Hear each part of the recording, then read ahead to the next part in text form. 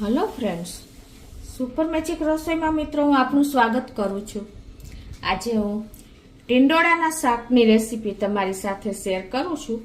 તો તમને ચોક્કસ આ વિડિયો ગમશે મિત્રો। ગમે તો લાઈક કરજો, શેર કરજો અને સબસ્ક્રાઇબ કરવાનું તો ભૂલતા જ નહીં। અને મિત્રો બાજુમાં રહેલું બેલ આઇકનને પણ પ્રેસ કરજો જેથી કરીને લેટેસ્ટ વિડિયોની માહિતી તમને મળતી રહે। તો આપણે જો અત્યારે 250 ગ્રામ ટીંડોળા લીધા છે। લસણ છે એક ગાંઠિયો એટલે કે 10 થી 15 કળી જેવી લસણ છે। 1 થી 2 ટમેટાની મેં પ્યુરી કરી છે। તેલ છે, મીઠું છે અને રૂટીન મસાલા છે। આમાં બીજું કાંઈ પણ વધારે પડતું નથી મિત્રો।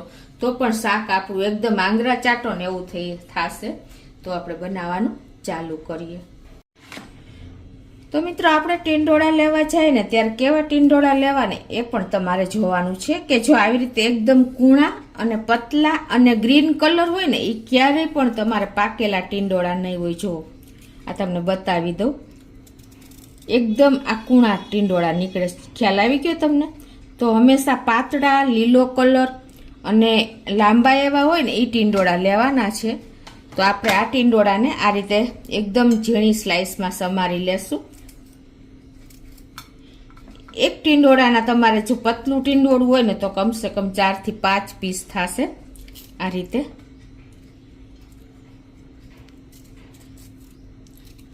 જો ટીંડોળા તમારા પાકેલા હશે ને તો એના બીન્સ પણ હશે અને કલર પણ રેડ કલરનો હશે। તો હંમેશા ટીંડોળાને તમારે લેવા ટાઈમે જોવાનું ખાસ। તો આ રીતે હું બધા ટીંડોળા સમારી લઉં છું। તો આ રીતે જો આપણે ટીંડોળાને સમારી લીધા છે। અને હવે આપણે આ એક ગાંઠિયો એટલે કે 10 થી 15 કળી લસણ લીધું છે ને એમાંથી 3 થી 4 કળી રાખી અને બીજાની આપણે પેસ્ટ કરી લેશું।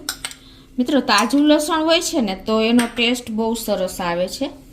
આવી રીતે તમે પેસ્ટ કરશો ને તો। અને એમાં આપણે પહેલા થોડુંક મીઠું નાખીને અને એને ટોચી લેશું એટલે સરસ આપણું લસણ ટોચાઈ જાય। આ એક પણ ટ્રીક તમને બતાવું છું કે ગમે ત્યારે તમે લસણ આવી રીતે ખાયણીમાં ટોચો ને તો આ રીતે થોડુંક અમથું 1/4 ટીસ્પૂન જેવું મીઠું નાખી દેવાનું એટલે તમારી પેસ્ટ બહુ સરસ બનશે। અને હવે જો આપણે લસણ પણ ટોચાઈ ગયું છે તો હવે એમાં આપણે 2 ચમચી જેવું એટલે લાલ મરચું પાવડર નાખી દેશું અને એને આપણે આ રીતે મિક્સ કરી અને પાછું 2-3 દસ્તા મારી લેશું। જો આપણે પેસ્ટ તૈયાર કરી લીધી છે। હવે જે આપણે આ લસણ લીધું છે ને 3-4 કળી રાખ્યું છે ને એને પણ આપણે આ રીતે ઝીણું ઝીણું સમારી લેશું અને આ લસણને આપણે વઘારમાં મૂકવાનું છે એટલે નાના પીસ એવા કરી લેશું। આ રીતે જો આપણે લસણને નાના પીસમાં સમારી લીધું છે અને આ બાજુ આપણે ગેસ ઓન કરી અને એક પેનમાં આપણે 4 ટેબલ સ્પૂન જેવું તેલ મૂકશું। આમાં થોડુંક તેલ કેમ કે આપણે ટીંડોળાનો ચીકણા હોય છે એટલે થોડુંક તેલ ચડિયાતું રાખવાનું। પછી તમે તમારા ટેસ્ટ એકોર્ડિંગ વધઘટ કરી શકો છો અને તેલને ગરમ થવા દેશું। આપણું તેલ પણ ગરમ થઈ ગયું છે ને ગેસની ફ્લેમ મીડિયમ છે। તો આપણે જ્યાં લસણ સમાર્યું છે ને એને આપણે તેલમાં નાખી દેશું અને એને આપણે થોડાક રેડ સ્પોટ જેવું થાય ને ત્યાં સુધી સાંતળવાનું છે। તો આ રીતે જો આપણું સેજ લાઈટ એવું લસણ લાલ થઈ ગયું છે તો હવે એમાં આપણે 1/4 ટીસ્પૂન જેવી હિંગ નાખી દેશું અને જે આપણે આ ટીંડોળા સમાર્યા છે ને એ નાખી અને એને હલાવી લેશું।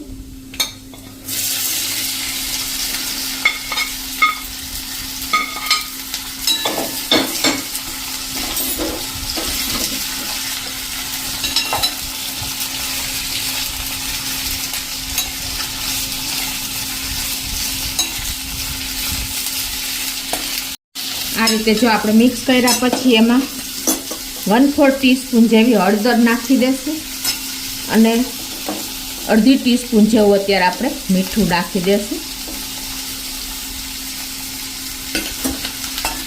અને એને પણ આપણે આ રીતે મિક્સ કરી લેશું।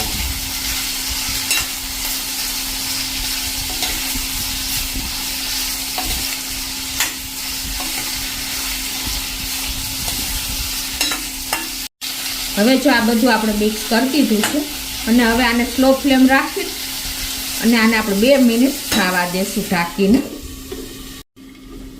તો 2 મિનિટ થઈ છે અને જો આપણા ટીંડોળા પણ કૂક થઈ ગયા છે. આ રીતે તમે ભાંગો ને તો ભાંગી જાય. ટીંડોળા એકદમ સોફ્ટ હોય છે.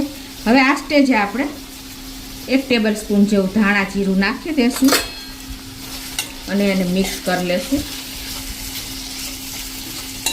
ધાણા જીરુંનો ટેસ્ટ મિત્રો એકદમ તમારે જાળવી રાખવા માટે આ રીતે એડ કરી દેવાનું.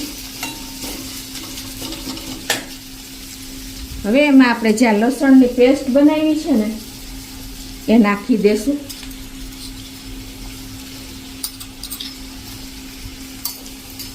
અને એને આપણે ઢાંકીને આ રીતે 1 મિનિટ થવા દેશું.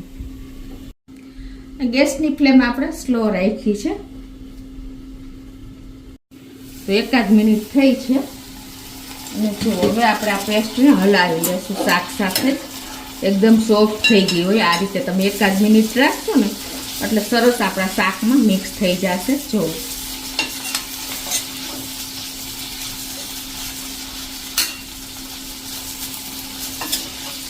તમે તરત જ જો પેસ્ટ નાખીને હલાવશો ને તો તમારું શાક પણ ફેદાઈ જશે અને પેસ્ટ આપણી જલ્દી એમાં મિક્સ ન થાય. એટલે આ એક ટ્રીક જ તમને બતાવી. એકદમ ઇઝીલી જો મિક્સ થઈ ગઈ છે.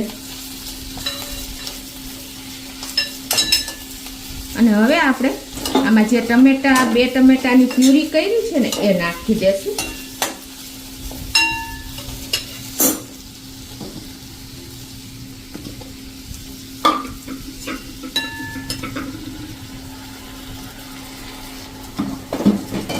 અને એને પણ આપણે આ રીતે મિક્સ કરી લેશું.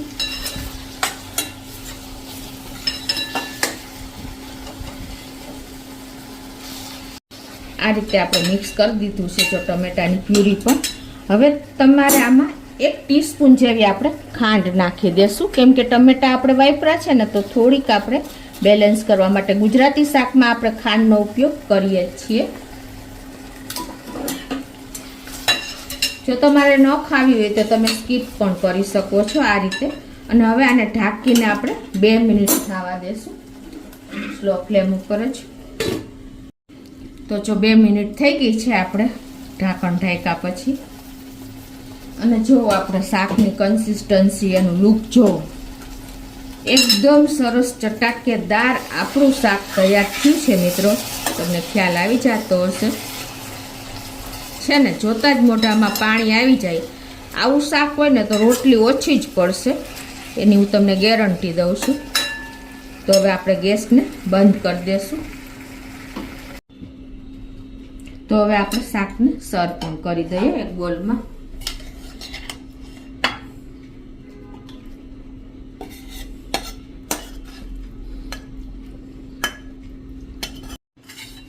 તો આ રીતે જો આપણે શાક પણ સર્વ કરી દીધું છે. આપણે કોઈ પણ જાતની બીજી ગ્રેવી કરી જ નથી તો પણ ગ્રેવીવાળું શાક લાગે છે. તમને ખ્યાલ આવી જતો હશે છે ને મિત્રો. ચટાકેદાર એકદમ ટેમ્પટિંગ શાક. તો તમે ચોક્કસ એક વખત તો આ રીતે ટ્રાય કરજો અને મને કોમેન્ટ બોક્સમાં જણાવજો કે તમને ટીંડોળાના શાકની રેસીપી અને ટેસ્ટ કેવો લાગ્યો. તમને ગમે તો લાઈક કરજો, શેર કરજો અને સબસ્ક્રાઈબ કરવાનું તો ભૂલતા જ નહીં.